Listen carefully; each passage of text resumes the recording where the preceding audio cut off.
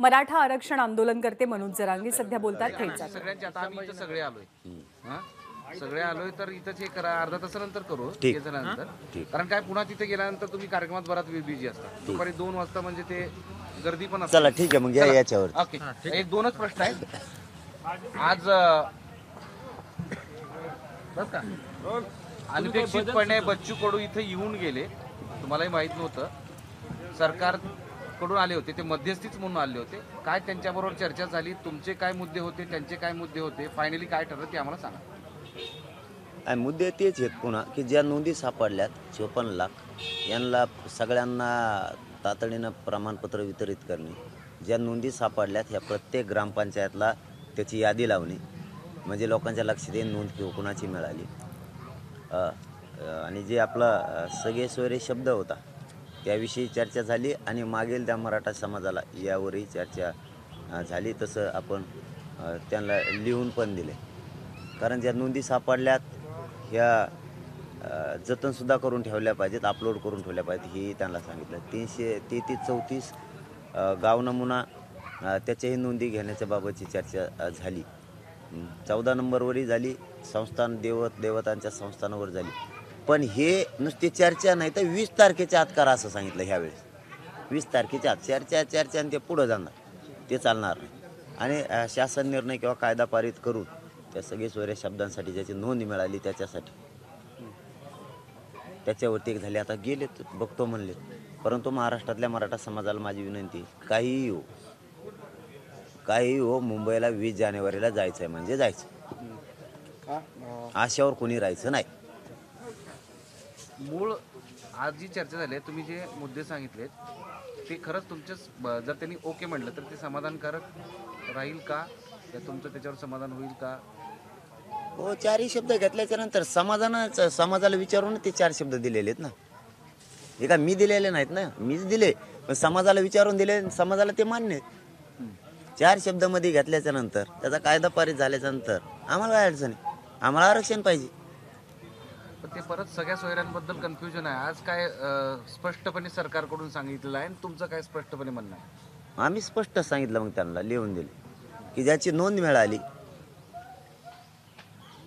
त्याच्या रक्ताच्या सगळ्या सोयऱ्यांना राज्यातल्या तात्काळ कुणबी प्रमाणपत्र द्यायचं तर तुमचं आमचं जमतंय, नाही तर नाही जमत. त्याच्यामध्ये असं आहे की कुणबी नोंद मिळालेल्या नागरिकांच्या रक्त नात्यातील नातेवाईकांना पितृसत्ताक पद्धतीतील सगळ्या सोयऱ्यांना आणि तुमची डिमांड अशी होती तुमचं म्हणणं होतं की समजा एखाद्याची बायको विदर्भातली कुणबी असेल ते खुडीलन मी त्याच्यावर तुमचं काय ते काय ते दुरुस्ती करतो म्हणले ना, दुरुस्त्याला गेले. त्यांचं काय म्हणणं होतं त्याच्यावर तुमचं काय म्हणणं? नाही ते दुरुस्त्याला जातो म्हणले ना, त्याच्यावर दुरुस्ती शब्द सांगितलं त्यांनी, दुरुस्तीला जातो ते. काय शब्द सांगितलं? नाही आपण ते खोडून त्यांना लिहून दिलं ना सगळं की आपल्याला ज्याची नोंद मिळाली त्याच्या रक्ताच्या सगळ्या सोयऱ्याला प्रमाणपत्र पाहिजे आणि त्या सगळ्या सोयऱ्याच्या जो परिवार येतो त्यालाही त्याचा लाभ झाला पाहिजे. त्याच्यासाठी आता तो शासन निर्णय कायदा पारित केल्याशिवाय होणार नाही, ते चालणार नाही. म्हणजे जे मराठ्यांनी 4 शब्द दिलेले ते 4 मध्ये पाहिजे. अच्छा, त्याच्यामध्ये आणखी एक शपथपत्र आणि गृह चौकशीचा पण चर्चा झाली.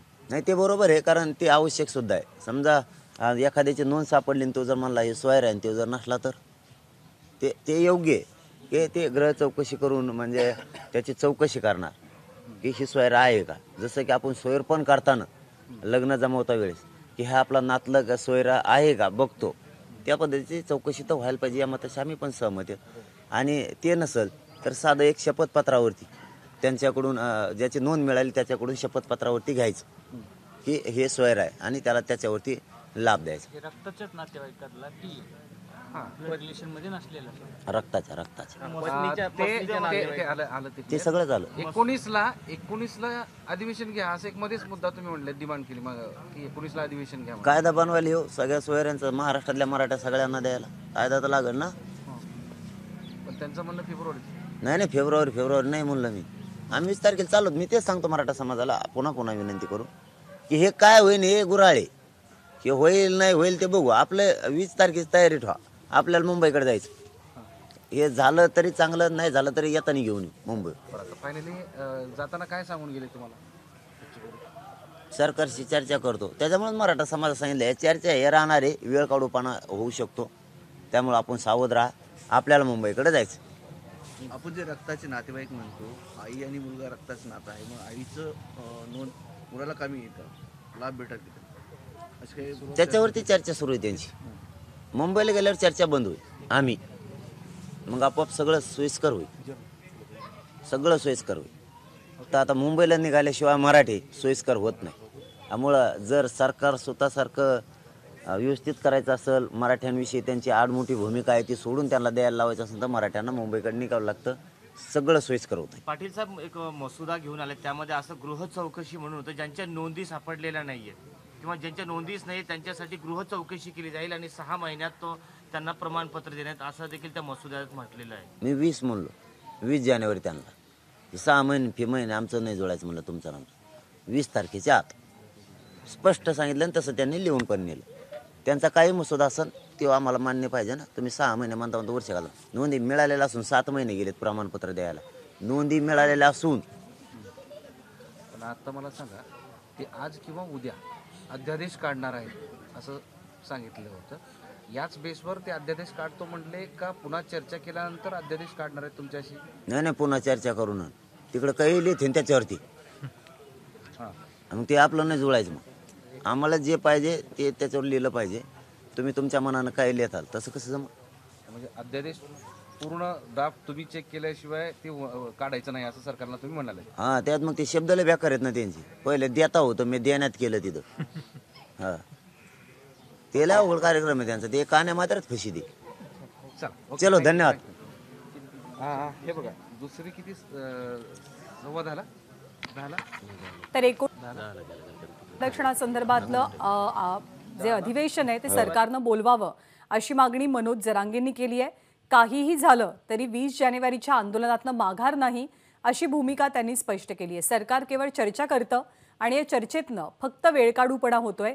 54 लाखांच्या नोंदी सापडल्यात, त्या सर्वांना प्रमाणपत्र दिलं जावं अशी मागणी मनोज जरांगेंची आहे. एबीपी माझा, उघडा डोळे बघा नीट.